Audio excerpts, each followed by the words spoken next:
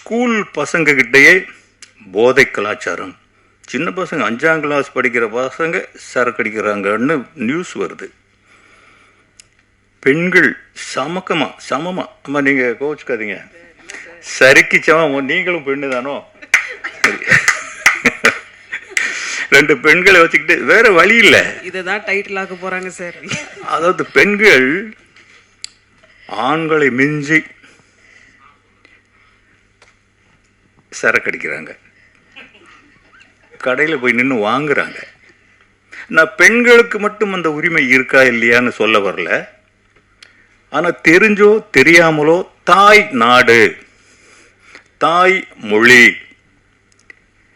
குலதெய்வம் மாரியாத்தா காளியாத்தான்னு சாமியிலிருந்து சகலமும் பெண்களைத்தான் நம்ம வணங்குறோம். இப்பவும் வணங்குறோம், நானும் வணங்குறேன். எனக்கு என் மனைவி தான் தெய்வம். என் மனைவி விஜயலட்சுமி தான் எனக்கு கண்கண்ட தெய்வம். அவங்கள மீறி நான் ஒன்றும் செய்யவே மாட்டேன். என் பிள்ளைகளுக்கும் அப்படி தான். அம்மா தான் தெய்வம், அப்பா கிடையாது, அம்மா தான் தெய்வம்.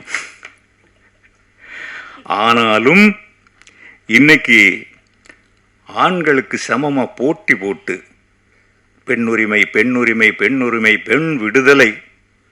ஆமாம், நீங்கள் விடுதலை வாங்கிக்கங்க. சில பொறுப்புகள் பெண்கள் கிட்ட தான் அதிகமாக இருக்கு. ஆம்பளைங்க செய்ய முடியாத பல சாதனைகள் பெண்கள் தான் செய்கிறாங்க. ஆண்களோட பெண்களுக்கு அறிவு பலம் அதிகம்,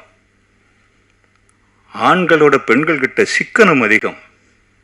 நீங்கள் 1000 ரூபா சம்பளம் வாங்கி ஒரு ஆம்பளை குடும்பம் நடத்துறதுக்கும் ஒரு பொம்பளை குடும்பம் நடத்துறதுக்கும் நிறைய வித்தியாசம் இருக்குது. 2 பேர்கிட்ட ஈக்குவல் ஆளுக்கு ஒரு 10,000 கொடுத்தீங்கன்னா மாத கடைசியில் இவன் 5,000 ரூபா பத்தலைன்னு வருவான், அந்த அம்மா 2,000 ரூபா மிச்சம் வச்சிருக்குன்னு சொல்லுவாள். இதுதான் பெண்கள். கொஞ்சம் நேரத்துக்கு முன்னாடி சொன்ன பெண்கள் இதையும் கேட்டு பேலன்ஸ் பண்ணிக்கோங்க. அப்படிப்பட்ட பெண்கள் தடம் மாறி போகக்கூடாது. போட்டி போடுங்க.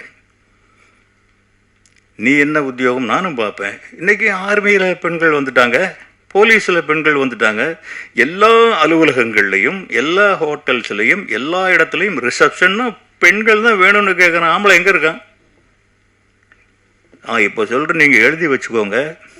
அதிகபட்சம் 2 வருஷம் இல்லாட்டி 5 வருஷம் ஆம்பளை சமையல் வேலைக்கும் பெண்கள் சம்பாதிக்கிற வேலைக்கும் போகத்தான் போகிறாங்க. ஆல்மோஸ்ட் இப்போவும் அப்படி தான் இருக்குன்னு நினைக்கிறேன். இதில் நம்ம என்ன பண்ணுறோம் அப்படின்னா, குழந்தைகளை பற்றி யாரும் கவனிக்கிறதில்ல. சம்பளம் இவ்வளோ வேணும் இவ்வளோ வேணும். டே ஒரு வீடு வாங்கணும்டா,